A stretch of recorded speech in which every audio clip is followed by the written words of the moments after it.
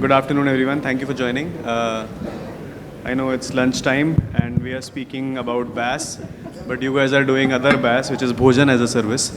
So we hope to make this session pretty interactive and fun. So I request you to settle down and we'll just start in a bit.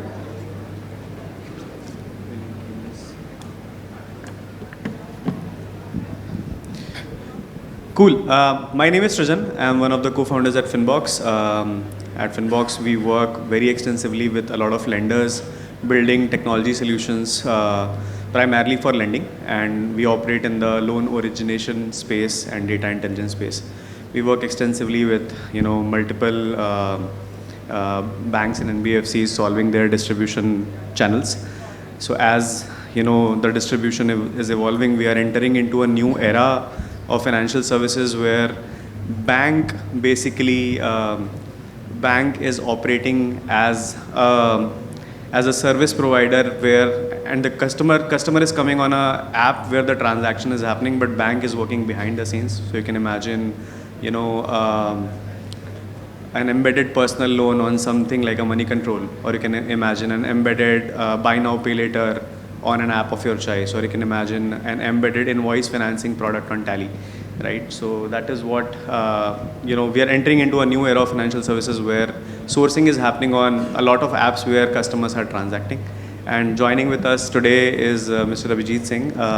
Abhijit heads the BaaS division at HDFC Bank. Welcome, Abhijit, to the panel. Thank you. We would start this fireside chat and we'll keep this super interactive.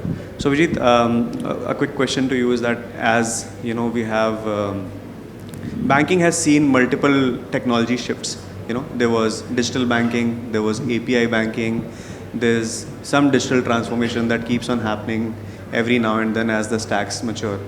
How is BaaS different from your regular digital transformation?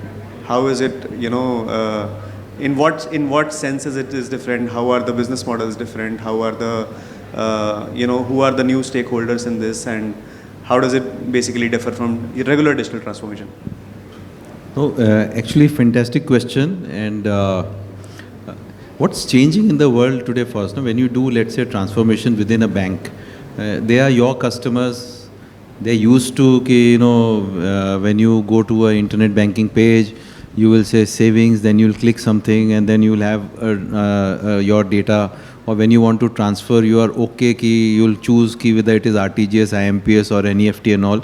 So they are used to your interface. That is what they expect from you as a brand. Yeah. So whenever you do anything, you are always looking at your customer, and whatever you're doing is, let's say, some incremental or maybe a transformational thing, but it is for your own customers. Yeah.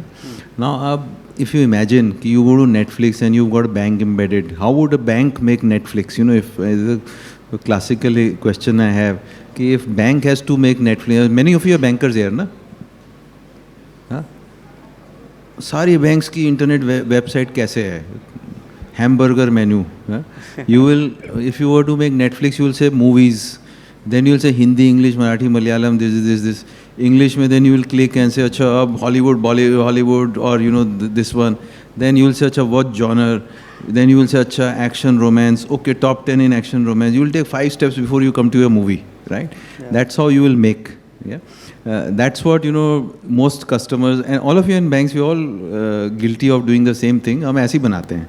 Okay. Now, when you are going with BaaS, now you are actually going to put your bank inside Netflix. You think the customer has patience. Yeah. There's no way the customer has patience to all of these things. So the transformation here is very, very different because you can't work with the constraints of a bank. Yeah. You have to understand what that app is all about. Your user interface has to be at that same quality. Yeah? You have to question the way you work. Like most of Amazon really works on why? Because I can return things seamlessly. Yeah. अब half of you are here, कोई बोल दे अचानक home loan लेने के बाद 10 दिन के बाद बोले I want to close my home loan. The full organization will be running behind. Yeah. But how do you make it digital so that guy, if he says okay, I don't want to do this, I think I'm having second thoughts.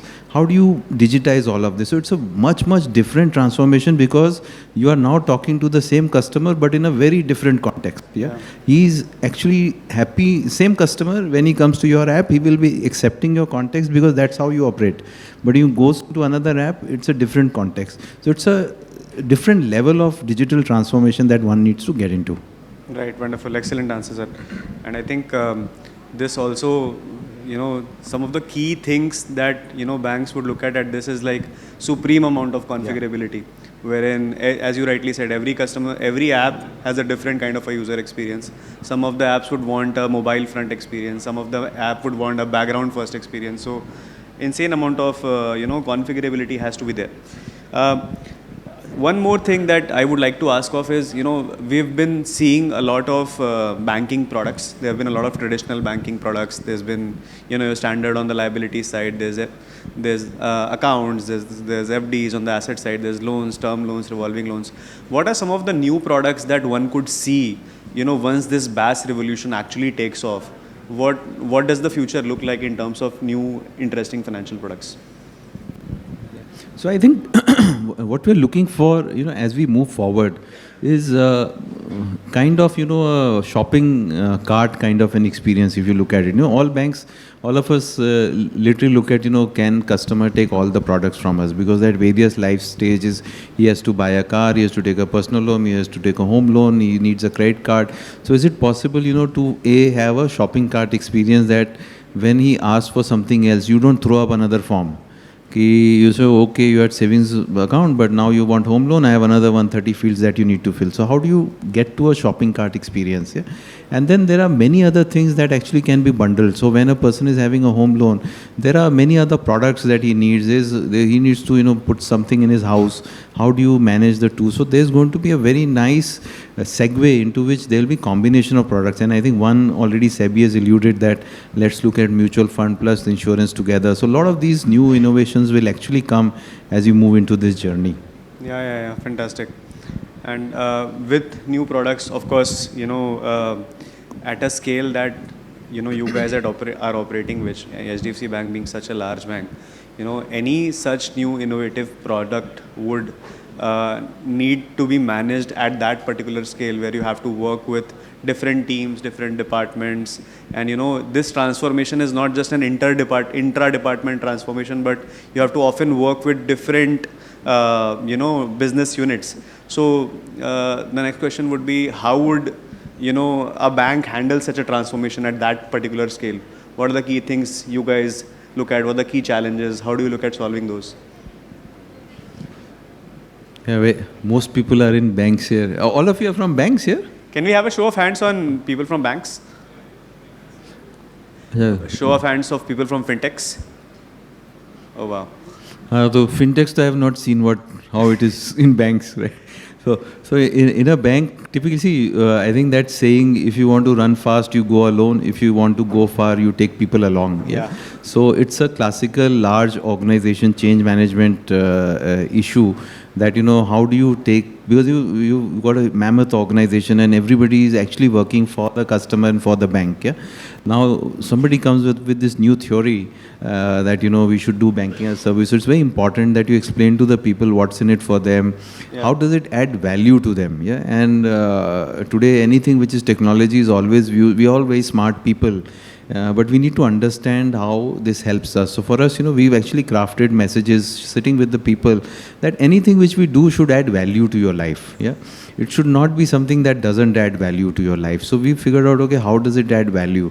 So for us, I think banking as a service, when we talk to people in various departments like branches and other places, it solves for them for reach. It helps us understand what the customer is, who the customer is, because you've got all other data. So you're able to actually understand what are the relevant products for that individual or, whatever is right for him. So we try and work it out that way that, what's in it for you. Then actually we run small pilots. Whenever we do projects, it's not like a central team in an ivory tower which is trying to make something and then pushes with a mandate from the center. It's actually everybody's input. So we try and make sure that in this change management process, everybody owns it. Yeah, and everybody is able to criticize the product in a constructive way that, this is what would make it better, or this, I think I have a doubt, it's not solving my problem. So we go through a lot of, now that Kumbh Mela is going on, a lot of manthan in this, that, this is what it is, how can it be simple for the customers. Then we also take customer feedback. So if you see on BaaS, if you use any of our products, at the end of it, there is a customer satisfaction that you give us. Yeah, NPS. Yeah. So you give us an NPS, which we've done on a 5-point scale, not on the 10-point scale, but Okay. you get a lot of rich feedback out of it. Right. And then there are people on the ground who are actually helping you. So you got somebody to reach out, because when you launch something digital, you need somebody to guide them. Yeah. So that's how we've run this whole transformation. So it is something like जो constitution में लिखा है, by the people, for the people, of the people. So once you get all these people along, then transformation is easy to execute. Yeah, yeah.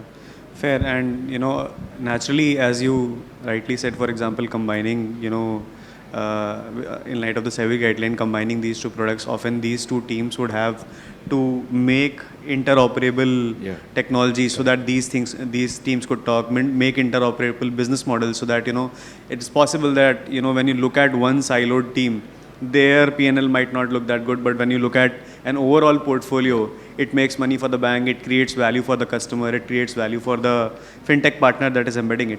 So I would also like to sort of double click a little bit on the different collaboration models that today exist between fintechs on one side who want to partner with a large bank as a BaaS entity and the bank. So what are the different models, different collaboration models, business models, partnership styles that you see by working with so many fintechs that you work with today?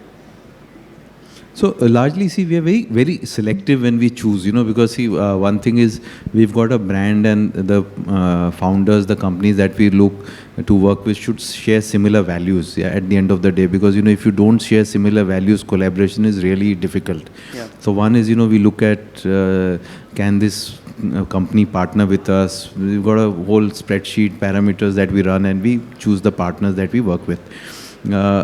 And once we partner, and we ask them for feedback, so basically we just ask them what's wrong with us. Yeah, we will see, ultimately as a big organization you cannot enforce things. So a lot of places we actually have common workshops. So it's a very open partnership that we have. Yeah. And of course we can't be as fast as some of the nimble companies, but we try to match the speed. Yeah, and the journeys. Everywhere you would see, and some of you, the people here, in case we have partnered, would see that they give us a feedback and we take it very seriously. Yeah? And we try and implement it, and we benefited because our journeys have become far more frictionless. But it's a collaboration of trust. It's a collaboration where the person is equal. It is not that I am a big bank and you are a company which has just started. It's a partnership of respect. It's a partnership that we know that the fintechs come with a great customer experience. We come with great experience of banking. But once we combine the two, it is fair for the customer. So that's, in a nutshell, that's what all partnership is about.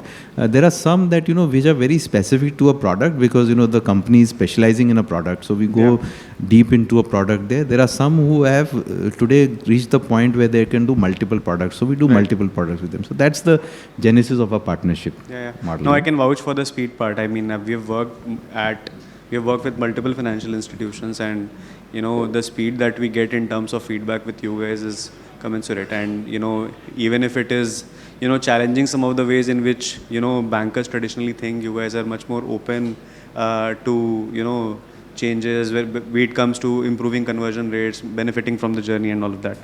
The next question is, as we are going towards a more embedded banking experience or a BaaS experience, naturally technology plays a lot of role in this, right? So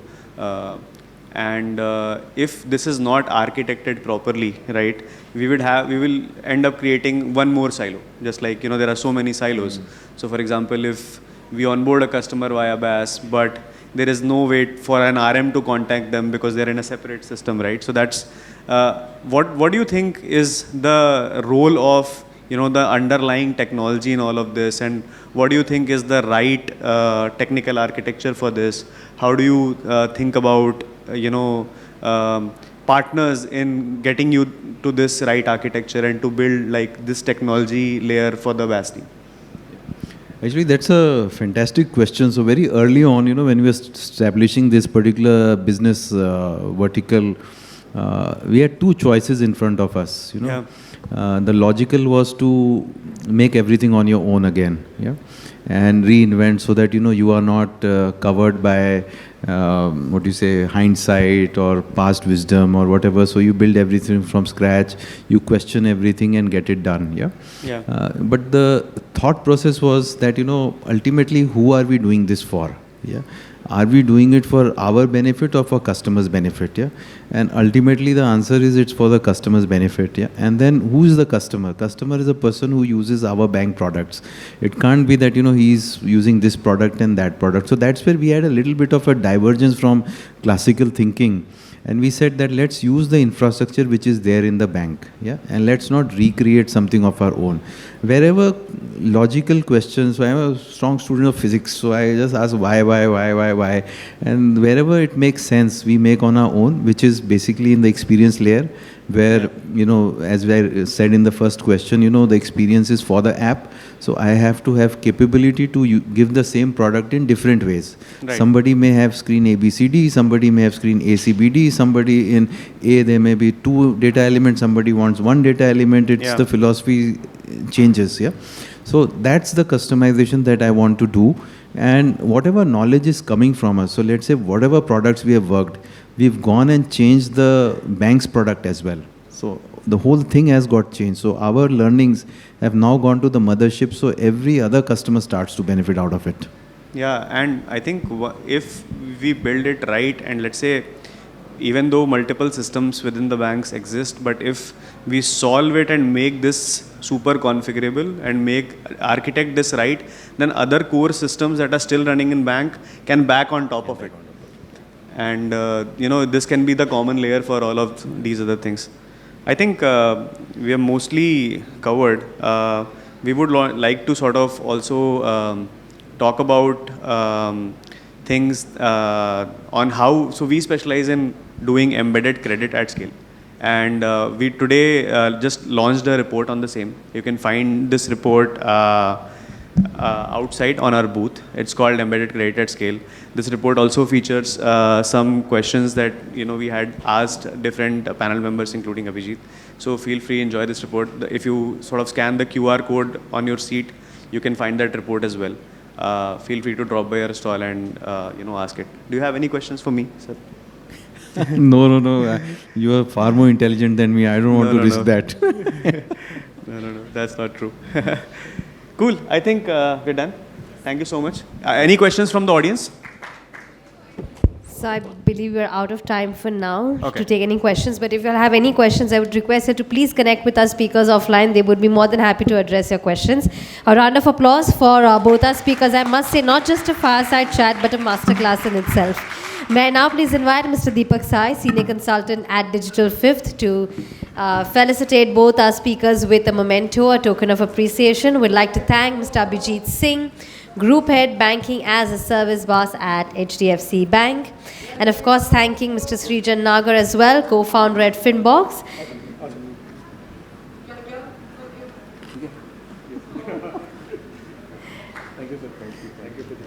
Thank you so much. A round of applause one more time. A fantastic, a very, very stimulating chat indeed. Thank you so much. Thank you.